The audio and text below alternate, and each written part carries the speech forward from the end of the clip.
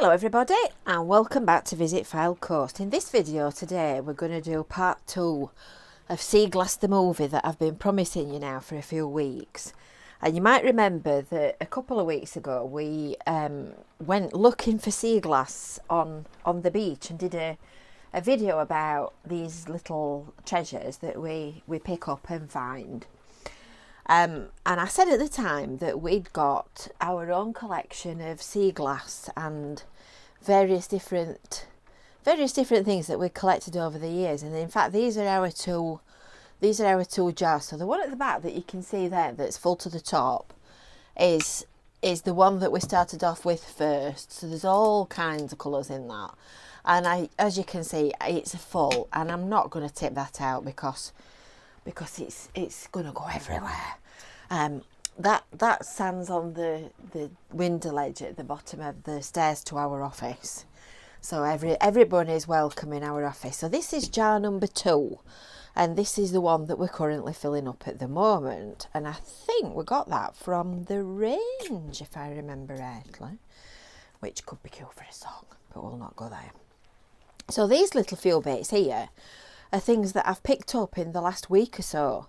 So astonishingly, a bottle top, that's obviously a stopper out of a little glass bottle. And various other little bits and bobs, but we'll come to that in a minute as we go along. So I promised that without rigging it and without doing this in advance, I would tip this jar of glass out and I would see what's inside it. So are you ready, folks? Let's have a look. Let's tip the jar and see what you could have won. Are you ready? Are you ready? Woo! That's a marble. Oh, that's interesting. Well. Now, I genuinely haven't looked in here to see what there is. So that's the jar. Obviously, we've got some really big bits. So you'll have noticed that there's a book propped up on my little book stand at the back. And I invested in that a few weeks ago because I must admit, when I started looking and I started trying to find out more about it, I thought, it's quite an interesting subject that. I'll need to find out more. So I bought this little book, and this little book has told me all sorts of things that I didn't know. And you can see I've marked 1 or 2 pages, and I'll come to that in a minute. So I'll put that back on there. So sea glass, as we established in our previous version, is what's also known as drift glass, and it's physically and chemically altered by the sea and the salt. So you get different sort of sizes and pieces of glass. So that's quite a big one. I've got absolutely no idea where that might have come from, but nice nonetheless.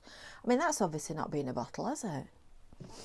Other pieces you can see were bottles. That's got a ridge line around the bottom of it, and it's got the letter CL on that one there.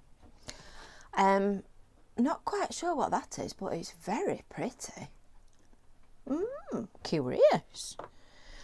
We've got some blue ones, which is quite an unusual colour to find. That's not an ordinary colour to find. Here's another piece of a bottle, and you can see on the reverse of it, it's got the little lines, but it's also curved and got the lip shape on it. That's a piece of a bottle neck that's broken. So apparently, most of the glass that is dumped offshore will sink. So most of what we pick up, most of this kind of thing, has been dropped somewhere near to the shore. So it's not kind of likely to have come miles and miles and miles. So the question you might be asking yourself is, how does it get into the sea in the first place? Well, this is litter, effectively. Because the sea, for hundreds of years, has been used as a dumping ground for everything that everybody wants to get rid of. And some countries still do that, and they still chuck all their rubbish into the oceans. And I was quite surprised actually when I was looking up in this little book that I've bought that the Great Pacific Garbage Patch was only discovered in 1997, which I thought was quite astonishing.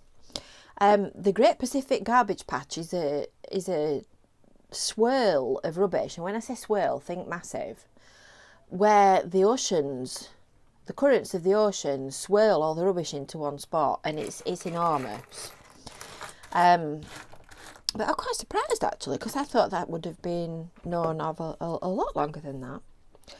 So some countries still get rid of the rubbish in the sea, and some, would you believe, still barge their rubbish out to the sea. So the Great Pacific Garbage Patch is going to carry on getting bigger. I don't know what you'll think. So I've got quite a few little bits of blue, which are quite nice.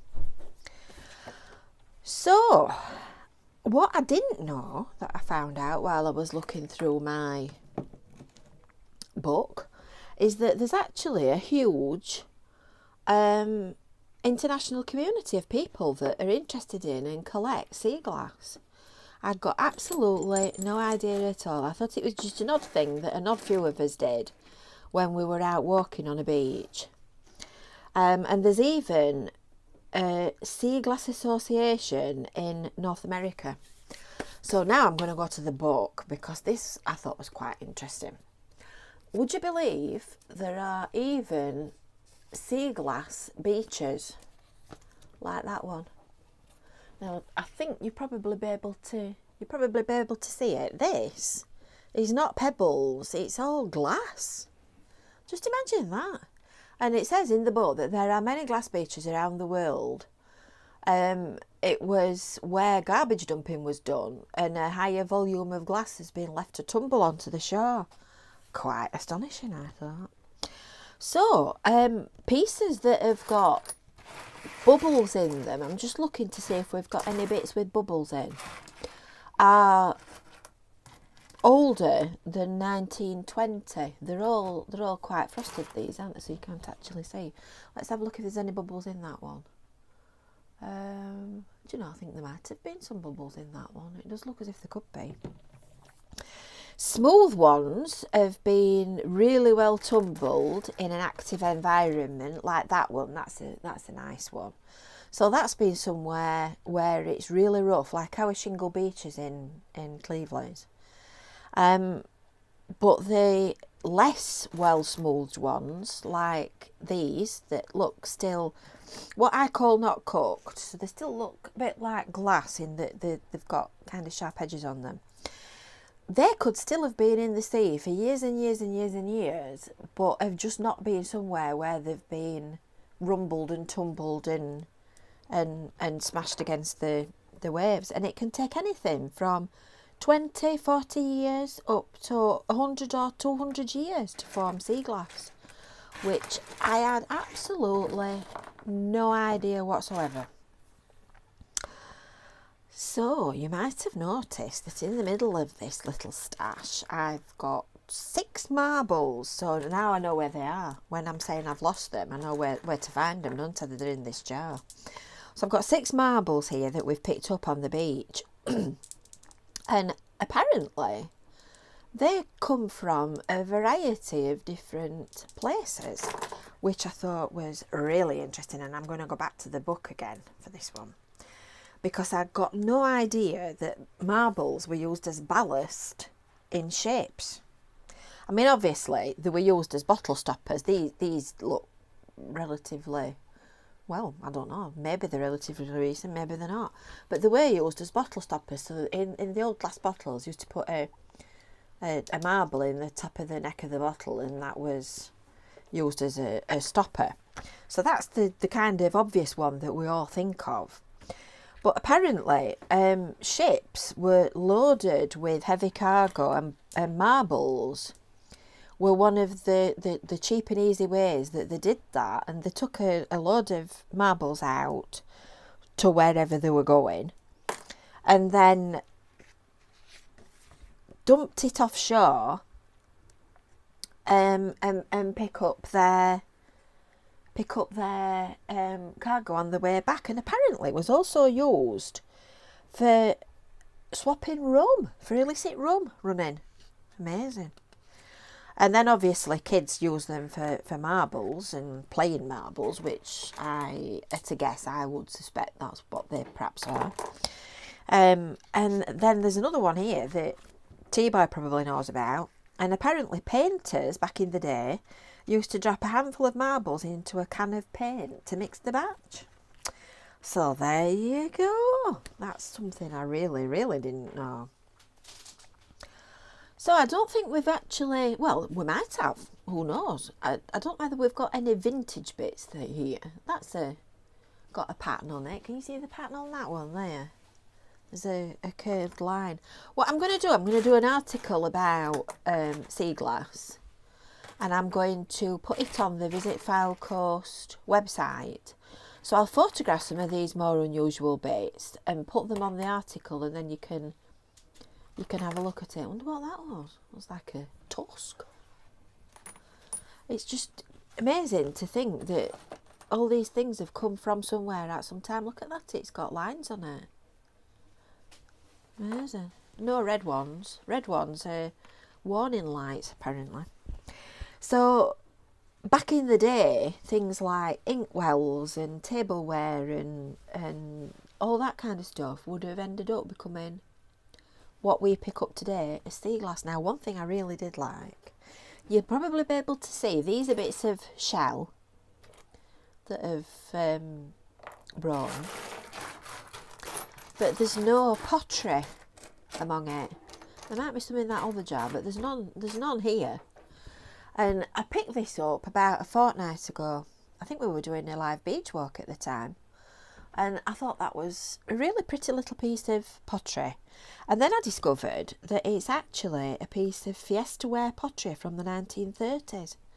So that little bit of pot could be, well, 90 odd years old.